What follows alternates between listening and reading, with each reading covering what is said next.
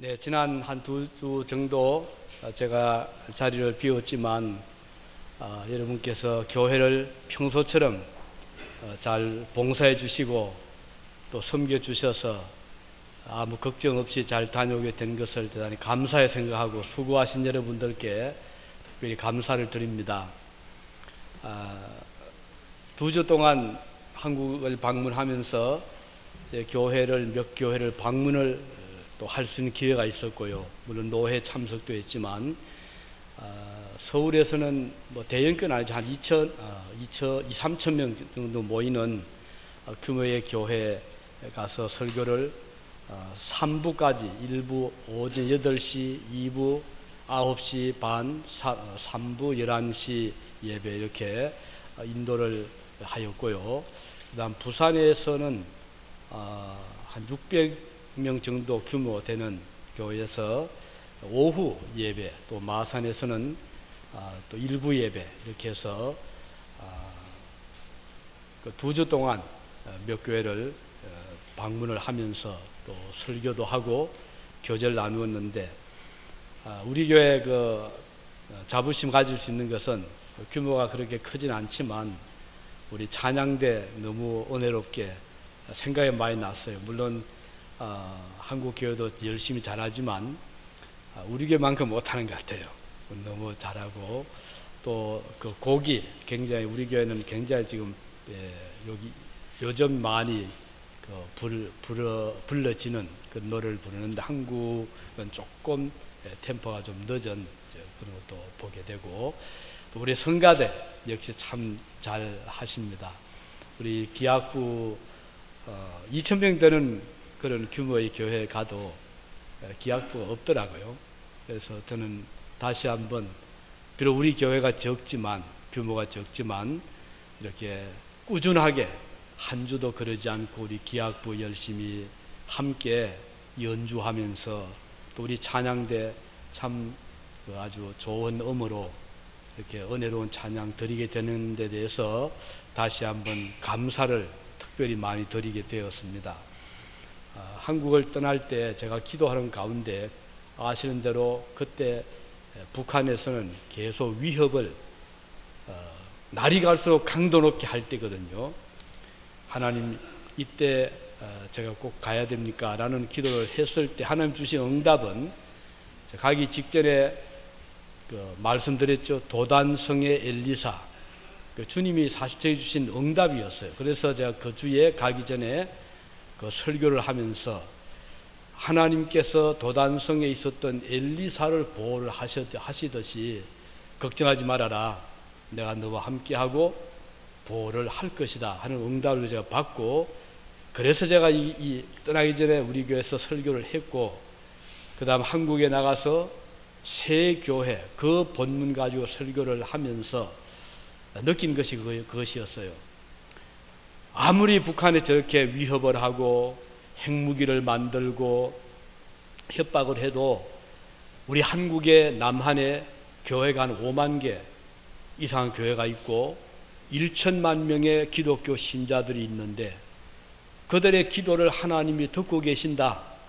아무리 중국에서 북한에서 혹은 일본에서 우리를 압박을 해도 하나님의 백성들이 있는 우리 대한민국은 안전하게 보호를 받게 될 것이라는 그런 확신을 가질 수 있었고 그래서 가서 많은 제가 격려를 하고 돌아왔습니다. 특별히 제가 감사했던 것은 부산 같은 경우는 몇천 개 교회가 있잖아요. 근데 예배를 인도했던 남부산 교회는 광안 대교가 있는 바로 그쪽 아주 좋은 위치에 자리를 차지한 한 600명 정도 모이는 교회에 있는데 마침 그 교회에서 예배를 마치고 인사를 나눈 중에 장로님 가운데 한 분은 우리 교회 좀 나오시는 우리 최 교수님 부경대학교 환경대학에 근무하시는 교수님이신데 장로님이시더라고요. 얼마나 믿음이 좋은지 주일 오후였거든요. 오후 2시 예배인데도 참석을 해서 같이 은혜로 예배를 드리고 네 분이 또 새벽기도 월요일 날 나갔는데 또 새벽기도도 나오셨더라고요. 그래서 가만히 들어보았더니 그 장로님은 대학에 근무하면서 주일 오전, 주일 오후 예배 매일같이 새벽기도 빠지지 않는 그런 분이시더라고요.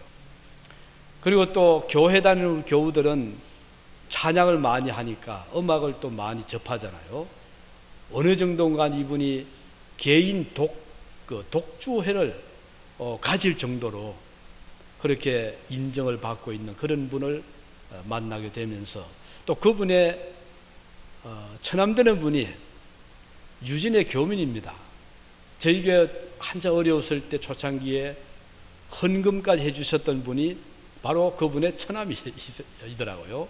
이걸 보면서 참 세상은 넓지만은 좁고 또 하나님께서 이렇게 인연을 맺게 해 주실 때는 저 바다 건너편에 가더라도 이런저런 인연이 닿게 하시는구나 하는 것을 다시 한번 생각을 하게 되었습니다. 아무쪼록 그래서 뜻깊은 그런 아주 알차게 짧은 기간이었지만 우리 노회 참석을 해서 우리 미국 교회 사정도 좀 이야기도 해 주었고, 그래서 제가 한 가지 부탁드린 것이 교회마다 몇 교회를 설교하면서 부탁드린 것은 하나는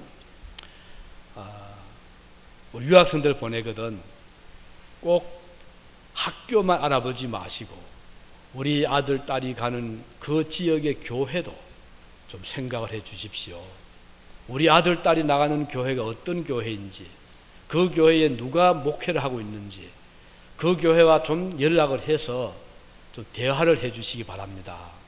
이 부탁을 이제 특별히 드렸어요. 왜냐하면 저희 교회도 매년 유학생들이 많이 오는데 참 아쉬운 것은 그 학부모님과 이 커뮤니케이션이 필요하거든요. 그런데 잘 안 돼요. 우리 선교원에 이렇게 머물고 가는 학생 부모님들도 물론 그중에 어떤 분들은 일부러 통화를 저랑도 하고 해서 기도 제목도 나누고 이렇게 한 분도 계시지만 그런 많은 경우는 그게 안 되더라고요. 그래서 부탁을 드렸어요. 꼭 여러분 자녀가 중국을 가든 유럽을 가든 오스트레일리아 가든 미국을 가든 우리 아들 딸이 교회 생활을 잘 하는지, 우리 아들 딸이 그 교회에서 어떤 봉사를 하고 있는지 꼭 확인을 해 주시고 연락을 해 주십시오. 부탁을 드렸습니다. 이게 제가 겪고 있는 거기 때문에. 또 한 가지는 여러분들이 이민을 가시거나 외국에 나가시거든 꼭 한국 교회를 찾아주십시오. 많은 분들이 오기 전에 소문을 듣잖아요. 그 말썽 많은 한국 교회다, 뭐 이것저것 가면은 일을 많이 시킨다, 이런 소문을 듣고 아예 교회를 오지 않는 분들이 있거든요. 그럼 누가 손해입니까? 우선 한국 교회가 굉장히 힘들어요. 왜냐하면은 오시는 분들 다 재능이 좋은 분들이고 능력 있는 분들이 오시는데 이분들이 한국 교회에 조인을 해서 같이 섬긴다면 누구를 우리가 돕습니까? 유학생 돕지요? 또 한국에서 오시는 분 우리가 돕고 있는데 힘이 필요한데 뭐 말씀하는 교회 나는 싫다, 이래서 미국에 다 빠지고 아니면 뭐 현지교회 빠져버리면 우리 한국교회 누가 섬깁니까? 결국은 손해는 우리 아들 딸들이 보게 되고 우리 교민들이 보게 되거든요. 그래서 부탁을 드렸습니다. 그랬더니 다 이해를 하더라고요. 그래도 우리가 집안 싸움에도 우리 식구니까 또 풀어지고, 그러면서 우리가 서로 하나님 주신 그 혈통을 지켜나가면서 참 좋잖아요. 그리고 또 그 얘기 했습니다. 우리 교회에서 유학생들이 몇이 있는데 저희가 참 많은 관심을 가집니다. 우리가 교회가 힘이 있어서가 아닙니다. 우리 구역에서 매달마다 참 어떻게 하면 아이들과 좀 대화도 하고, 또 아이들이 옛날 같으면 초창기 같으면 머리는 좋은데 가정편이 안 되지만 어떻게 해서 국비 장학금도 받고 아니면 뭐 이런저런 그 기관을 통해서 장학금 받아서 유학을 오기 때문에 어렵습니다. 그러니까 그때는 교회에서 조금만 도와주어도 그것이 너무 고맙고 해서 교회를 떠나지 않는데 요즘은 다릅니다. 왜냐하면 물론 아주 수제들도 오지만 평범한 가정의 자녀들도 부모님들이 힘이 있어서 서포트해서 많이 오는데 이 학생들은 별로 아쉬울 것이 없을 수가 있습니다. 뭐 옛날처럼 배고픈 것도 없고 또 뭐 억지로 살아가는 것이 아니라 그 부모님들 고생해서 서포트함으로 학생들이 좋은 환경에서 공부를 하기 때문에 우리 교회에서 손을 뻗칠 길이 없습니다. 다 갖추고 있고 뭐 도와줄 그런 특별한 어떤 부분도 없고 하니 결과적으로는 교회와 거리가 멀어지게 되고, 그러면 그 중에는 목사님 아들 딸들도, 장로님 아들 딸들도, 권사님 지선 아들 딸들도 외국에 나오면 그때부터는 해방입니다. 교회는 멀어지게 됩니다. 그래서 저희 교회가 이제 매월 구역에서 김치를 담아서 학생들 먹어야 되니까 조금씩 나누어 줍니다. 우리는 그것을 주면서 기도합니다. 어머니의 정을 나누어 줍니다. 그래서 자녀들을 하여금 그들이 가져가서 버리는 한이 있더라도 먹지 않도록 우리는 그렇게 하고 있습니다. 라고 했더니 그 많은 교인들이 큰 감동을 받더라고요. 그러면서 그 새로운 생각을 가지더라고요.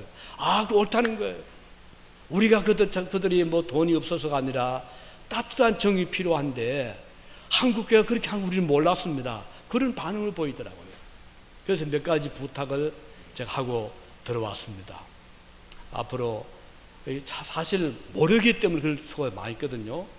이제 그 가끔 우리 성교원의 학생들이 와서 며칠 묵으면서 이제 부모님과 전화를 합니다. 그래서 우리는 기대를 해요.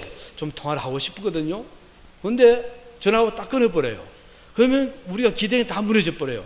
우리는 그래서 좀 같이 기도할 문제가 없는지, 우리가 어떻게 이 학생을 도울 필요가 있는지 우리 좀 알고 싶은데 부모님 저쪽에서는 그 생각이 없기 때문에 비록 그 부모님이 목사님이라도 장로님이라도 권사님이라도 그 생각을 미치 못하는 경우들이 많이 있더라고요. 그래서 제가 그 부분을 좀 특별히 좀 얘기를 하고 돌아왔습니다. 오늘 읽은 본문을 보면 이제 그 비유장에 마태복음 13장의 별명은 비유장입니다. 패러블스. 비유라는 것은 어떤 진리를, 어려운 내용을 쉽게 알게 풀이해 주기 위해서 어떤 비유를 들어서 설명하는 것이 비유거든요. 그런데 이 마태복음 13장에는 7가지 비유가 나옵니다. 혹시 기억나는 게 있나요? 어떤 게 있습니까? 마태복음 13장에 나오는 7가지 비유. 제일 처음에 나온 것이 씨 뿌리는 비유, 두 번째는 가라지 비유, 세 번째는 겨자씨 비유, 네 번째는 누룩 비유, 다섯 번째는 보물 비유, 여섯 번째는 진주, 일곱 번째는 거물 비유. 이렇게 7가지 나오는데 그 중에서 이제 오늘 본문은 첫 번째 비유, 씨 뿌리는 비유입니다. 요즘 계절적으로 씨를 뿌리는 계절이잖아요. 어떻게 하면은 씨를 뿌려서 잘 자라게 하고 열매를 거둘 것인가 하는 것은 모든 이들의 공통적인 관심일 것입니다. 우선 씨를 뿌리기 위해서는 씨를 잘 골라야 되잖아요. 어떤 씨를 뿌릴 것인가, 여기에 콩을 뿌릴 것인가, 참외를 뿌릴 것인가, 여기에 벼를 뿌릴 것인가, 그 씨를 결정을 해야 됩니다. 아무리 노력을 들이고 아무리 투자를 해도 씨가 좋지 않으면 나지를 않습니다. 또 품종이 좋아야 되잖아요. 두 번째는 어디에 뿌릴 것인가, 밭이 또 좋아야 됩니다. 돌짝밭에, 가시밭에, 길가밭에 뿌리게 되면 아무리 뿌려놓아도 제대로 자라지를 못하잖아요. 그 다음 뿌리고 나서 그냥 두면 안 되죠. 끊임없이 이제 그 씨가 썩이 더 잘 자라는지 보살펴야 됩니다. 그래서 우리가 말씀을 잘 듣고 깨닫고 그 깨달은 것을 실천에 옮김으로 열매를 맺게 되는, 이것이 바로 오늘 주님이 주신 비유의 말씀입니다. 그러면 이 좋은 씨, 이것은 유익이 되는 종자를 의미하잖아요. 땅을 버리지 않는. 그래서 뿌린다라고 하는 이 단어를 보면 이것은 물론 말 그대로 씨앗을 뿌린다는 뜻도 있지만 영적인 씨를 뿌린다, 즉 사상을 전한다, 그런 의미가 있습니다. 철학 사상이든 문화적인 어떤 사상이든 또는 신앙적인 사상이든 그것을 전한다, 뿌린다는 그 말 속에는. 그리고 여기 씨라고 하는 단어, 스페르마를 하는데요, 스페르마라는 단어는 물론 곡식의 씨도 되고 종자 되지만 또 한 가지 의미는 하나님의 말씀의 씨, 그 의미를 가지고 있는 겁니다. 우리 주님이 천국 복음을 전파하실 때 하나님의 말씀의 씨를 뿌림으로써 좋은 열매를 맺도록 하셨습니다. 예수님 당시에 보면 하나님 말씀을 뿌리는 그런 성경을 전하는 씨앗도 있었지만 또 많은 경우는 헬라의 철학 사상, 바리새인들의 그들의 율법주의 사상 또는 이단적인 그런 사상을 뿌리기도 했습니다. 그래서 신약을 보시면 사도 요한이나 베드로 또 우리 주님도 그런 잘못된 사상을 경계해라, 그것은 누룩과 같아서 잘못 받아들이면 전체 가루통을 누룩으로 만들듯이 교회를 망가뜨리고 사회를 무너뜨릴 수 있다. 그래서 좋은 씨를 뿌리는 것 매우 중요한 것이죠. 건전한 사상을 전파하는 것. 한 시대가 잘못된 사상으로 물들게 되면 보세요. 지금부터 100년 전에 공산세계가 세계에 막 뿌려졌잖아요. 소련을 종주국으로 해서 중국이 그랬죠. 북한이 그랬죠. 아프리카 많은 국가들이 이 잘못된 공산주의 무신론 사상이 팽배해졌을 때 이걸 막을 길이 없었어요. 그래서 공산세계야말로 유토피아다, 이상세계다라는 허황된 꿈을 가지게 했고, 그로 말미암아 결국은 어떻게 됐습니까? 우리가 이제 북한을 보자, 마지막 지금 남은 공산 독재 체제인데 우리는 그 모습을 보고 있습니다. 얼마나 비참한가요? 잘못된 사상이 주입될 때 오는 끔찍한 결과를 우리는 보고 있는 것입니다. 그러나 이 복음의 씨앗이 들어가서 한 사회를 개조시킬 때 그 결과 우리가 보잖아요. 지금은 미국이라는 이 사회도 많이 변질이 돼서 청교도 사상도 찾을 길이 없고, 이제는 뭐 미국에서 기독교 국가라 말할 수가 없는 이런 지금 상황이 되긴 했지만, 그러나 조금 거슬러 올라가면 청교도들이 미국을 건설할 때 얼마나 이 나라가 건전하게 발전을 했지 않습니까? 그래서 서로 이웃을 돌볼 줄 알고 또 약한 나라를 돕고, 미국이 이렇게 세계적인 그 일을 할 수 있었던 그 근본이 바탕은 청교도의 그 사상, 청교도 정신이었거든요. 그래서 우리는 오늘도 이 시대에 좋은 씨를, 말씀의 씨를 잘 받아들이도록, 우리가 밖에만 나가면은 끊임없이 귀에 막 들어오잖아요. 여러 가지 말이 들어오고 뉴스가 들어오고 정보가 들어오는데 그게 다 좋은 건 아니잖아요. 요즘에 어린 학생들이 인터넷 통해서 아무 그 스크린이 없이 그러지 않고 받아들이는 사상 속에는 아이들을 잘못된 길로 끌고 가는 그런 사상이 많이 있거든요. 노출이 되잖아요. 그래서 우리는, 특히 우리 그리스도인들은 이 좋은 말씀의 씨앗을 선택하고 내가 가야 될 길이 뭔가를 잡을 필요가 있는 것입니다. 무엇인가요? 십자가의 도잖아요. 사도 바울은 고린도전서 1장 18절에 십자가의 도가 멸망하는 자들에게는 미련한 것이요 구원을 얻는 우리에게는 하나님의 능력이라 그랬습니다. 그러니까 십자가의 도를 전하면요, 반응은 두 가지. 한 가지는 그것을 거부합니다. 야, 저 어리석다, 미련하다, 저 십자가 무슨 힘이 있다고 저렇게 붙잡고 있느냐, 이런 반응이 있고요. 또 한 가지는 십자가야말로 하나님의 구원의 능력이다. 그래서 그 십자가 받아들이는, 항상 두 가지가 반응으로 나타났습니다. 빌립보서 3장 18절에 보면 사도 바울이 이렇게 말합니다. 이제도 눈물을 흘리며 말하노니 여러 사람들이 그리스도의 십자가의 원수로 행하느니라. 무슨 말인가요? 바울이 복음을 전하자, 십자가를 전하면 그걸 대적하는 거예요. 그리고는 그 전도 못하도록 막 붙잡고 감옥에 가두고 매를 치고 죽이려 하고 그랬잖아요. 그래서 바울은 눈물을 흘리면서 그들에게 오늘도 많은 사람들이 십자가의 원수로 행하고 있다, 이렇게 지적을 하고 있습니다. 이 사람들은 말로는 하나님 주여 하지만, 아도나이 부르지만 사실은 십자가를 대적하고 하나님께 대하여는 원수처럼 살아가는 자들입니다. 우리는 하나님과 친구처럼 돼야 되지 원수가 돼서 안 되잖아요. 아브라함 보면 하나님과 친구처럼 대화도 하고 기도하고 지났잖아요. 참 얼마나 좋은지 모릅니다. 하나님과 교제할 때 그 오는 기쁨. 이번에 말씀드린 대로 지금 이 위기 상황에 이런 때 하나님 어떻게 됩니까?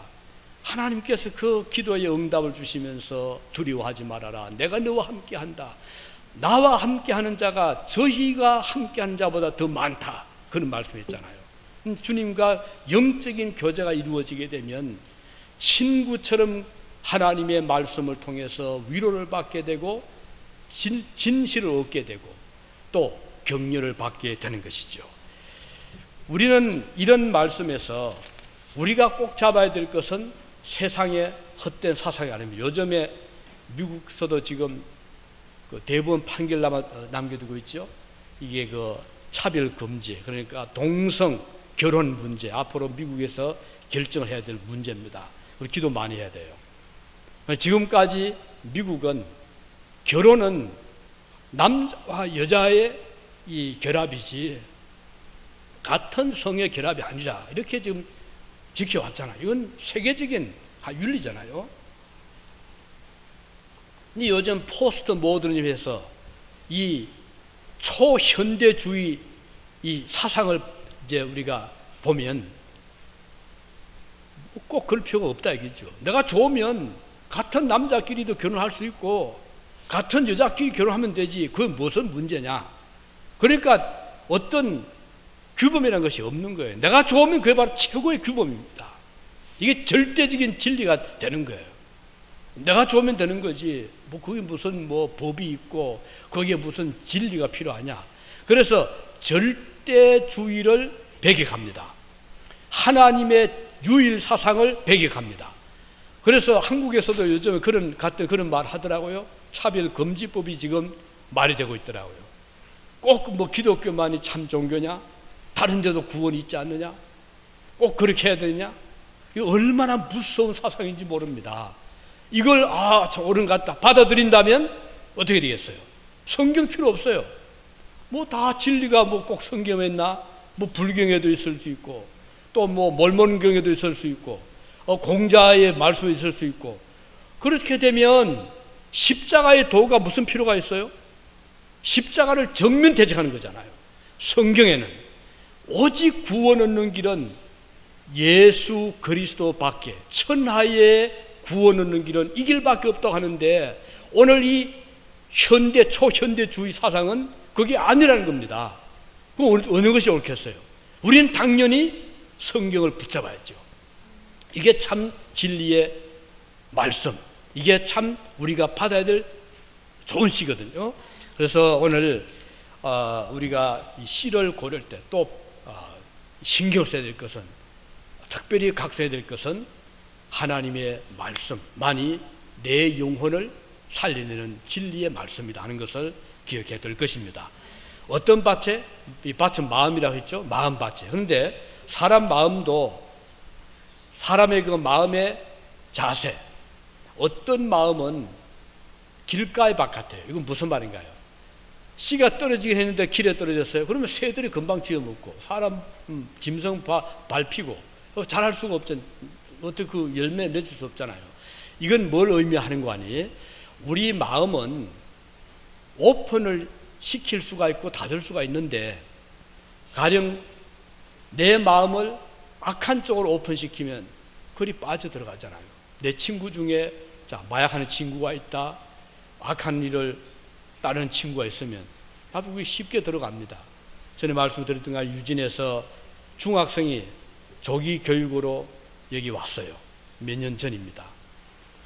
그런데 이제 그 학생이 어느 유호보 교수 집에 맡겨졌어요. 그 유호 교수가 그 아이를 이제 부모처럼 보살피면서 여기 칼령 미들스쿨 다니고 있었어요. 그 학생이.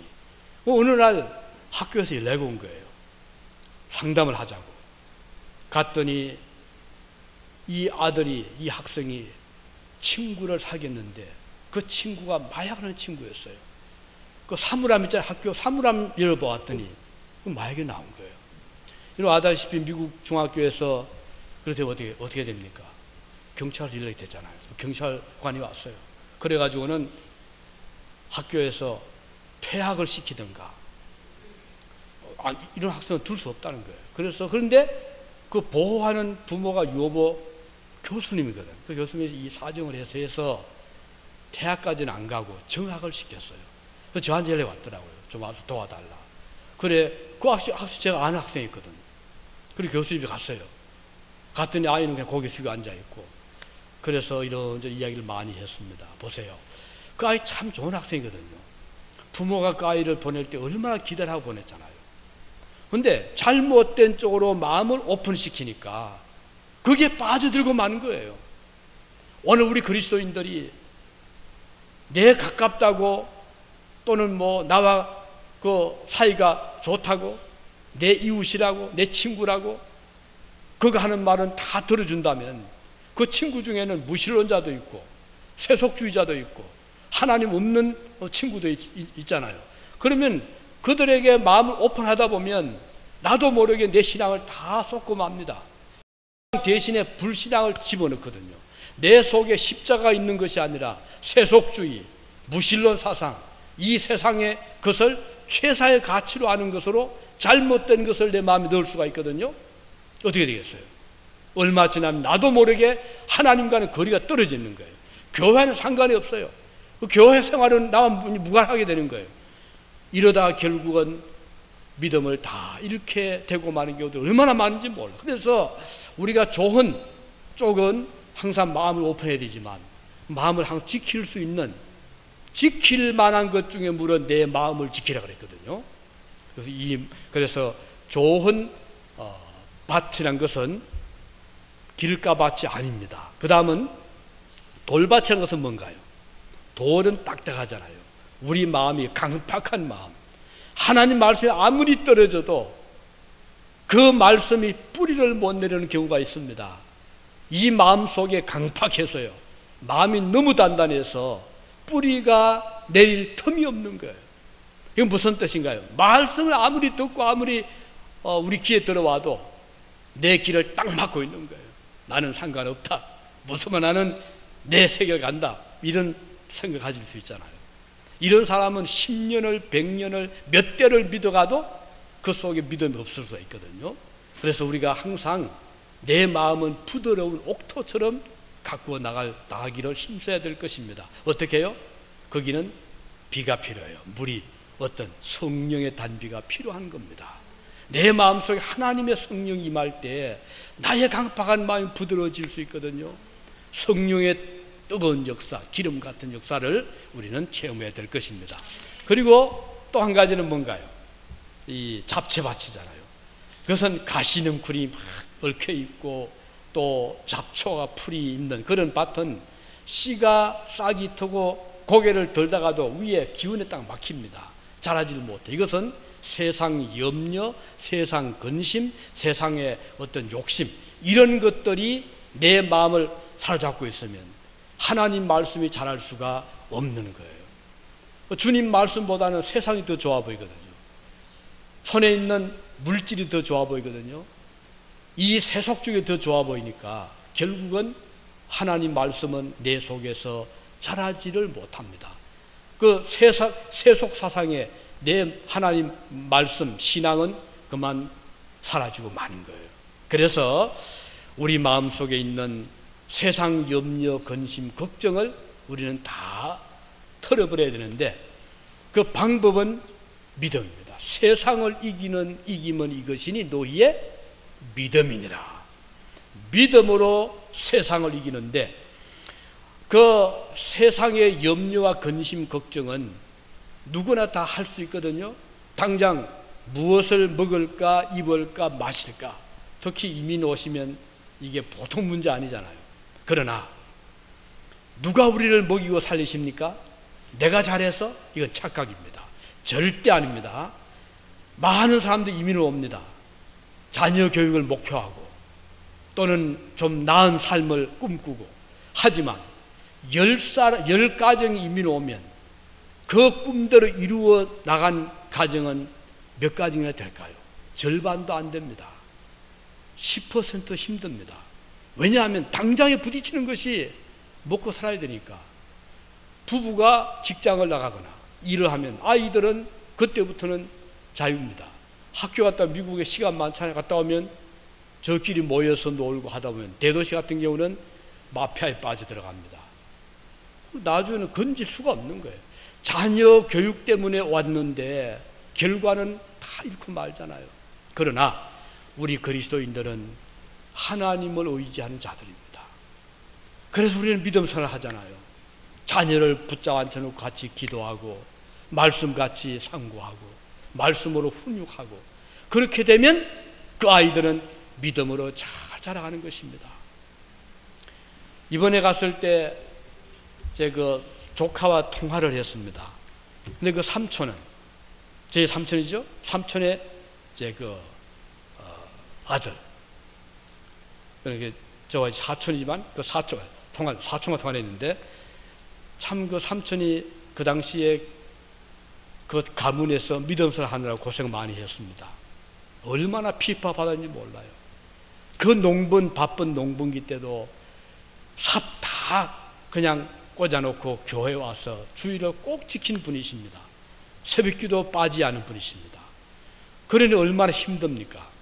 가난한 집이었어요. 하지만 지금 그 가정에서 목사님이 2분이 나오고, 목사님이 사위가 나오고, 장로님이 사위가 나오고, 그 중에 이제 막내 아들이 저 사촌이죠. 목사님인데 아주 어릴 땐 제 동생처럼 그렇게 자랐잖아요. 근데 그 아이들이, 그러니까 이 조카의 사촌의 아들들이죠. 보니까 다 지금 대학을 다니는데 공주사대, 또 하나는 의대를 지금 들어가고 있고, 그걸 보면서 참 하나님 축복했구나. 그 어려운 한국 열악한 상황에서 목사님으로서 자녀들이 저렇게 잘 뻗어나가니 얼마나 잘 기쁘는지 모릅니다. 그리고 또 2분의 목사님 만났습니다. 한 분은 제가 인천에서 막 목회 30대 초반에, 저희 교회 고등학생인데 처음 교회를 나왔어요. 온 가족이 처음 나온 겁니다. 그러니까 얼마나 제가 관심을 가졌겠어요. 제가 세례를 식구들에 다 주고, 그리고 믿음 훈련 시켰는데, 그 고등학생에 있던 아들이 지금 목사님이 됐어요. 그때만 해도 저래가지고 어떻게 할까? 그 믿음 생활을 처음 나오니까 이런저런 에피소드 많잖아요.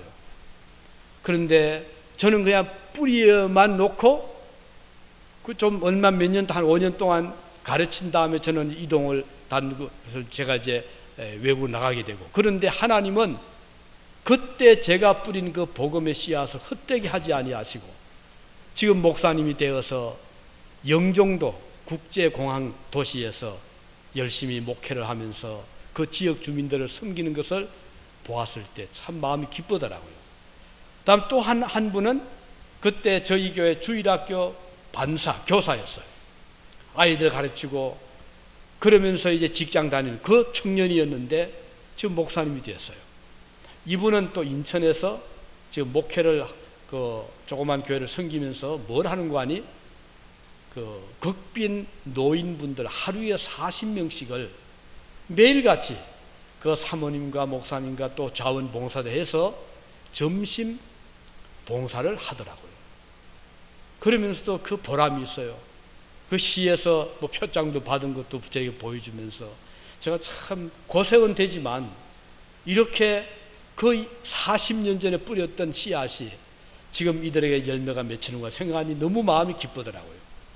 오늘 우리 교회도 마찬가지예요. 지금 학생들이 이렇게 교회를 나오고 지금 볼 때는 이 중에서 앞으로 어떻게 될 것인지 우리는 알 길이 없지만 하나님은 우리 학생들의 마음속에 우리가 모르는 중에서도 역사를 해서 우리 중에서 앞으로 훌륭한 선교사님이 나올 수 있을 테고 훌륭한 목회자, 훌륭한 크리스찬 사업가, 훌륭한 학자, 훌륭한 의사 이런 분들이 우리 유진중앙교회에서 반드시 앞으로 10년 후, 20년 후, 30년 후가 되면 반드시 하나님께서 키워주실 것을 저는 믿는 것입니다. 우리는 믿는 것입니다. 그래서 이 씨를 뿌린다는 것은 당장에는 효과가 없어 보입니다. 저게 언제 날까? 뭐 별 눈에 보일 듯 말 듯 적은 씨앗인데 하지만 우리가 뿌려놓고 우린 그저 물만 주고 또 뭐 김이나 매주는데 자라게 하시는 분은 누구라고요? 자라게 하시는 분은 하나님이시다. 우리가 자라게 할 수는 없어요. 우리가 이들 키울 수는 없지만 그 자라게 에너지를 넣어주시는 분은 하나님이십니다. 그래서 우리는 낙심하지 아니하고 지금 볼 때는 미약해 보이고 처음 출발은 정말 약해 보이지만 하나님은 우리가 잠들어 있을 때도 우리가 의식이 없을 때도 꾸준히 그들에게 햇빛을 보내주시고 비를 주시고 바람을 주셔서 우리가 뿌린 씨앗이 헛되지 않도록 역사를 해 나가시는 것입니다. 이제 마지막 우리는 인내가 필요합니다. 씨를 뿌렸다고 금방 자라거나 금방 열매 맺지 않습니다. 최소한 몇 달은 기다려야 되잖아요. 곡식을 뿌려도 화초를 뿌려도 하물며 나무를 심어도 몇십 년이 필요하다고 하면 인재의 씨앗을 뿌릴 때는 그것은 100년이 갈 수도 있고 50년이 갈 수도 있고 30년이 갈 수도 있습니다. 오늘 우리는 인내가 필요합니다. 참고 기다리면서 앞으로 10년 후, 앞으로 20년 후 우리 유진중앙교회 가운데 우리 자녀들 가운데서 이 시대에 정말 필요로 하고 국가가 필요하고 사회가 필요하고 하나님이 필요한 그런 인재들을 우리 주님께서 자라게 주실 것을 우리는 믿는 것입니다. 오늘 이 시절은 씨를 뿌리는 계절입니다. 우리 좋은 씨, 말씀의 씨를 좋은 마음에 바쳐다가 잘 뿌려서 인내해서 앞으로 우리 가운데서 훌륭한 하나님의 역군들이 배출이 되기를 위해서 계속해서 기도해 주시기를 바랍니다. 기도하시겠습니다. 자비로우신 우리 아버지 하나님, 은혜를 감사드립니다. 우리 주님께서 주신 말씀, 농부가 나가서 씨를 뿌릴 때 어떤 씨는 길가에 떨어지고 어떤 씨는 가시밭 속에 떨어지고 어떤 씨는 돌밭에 떨어지지만 좋은 밭에 옥토에 떨어진 씨앗은 뿌리를 깊이 내리고 좋은 열매를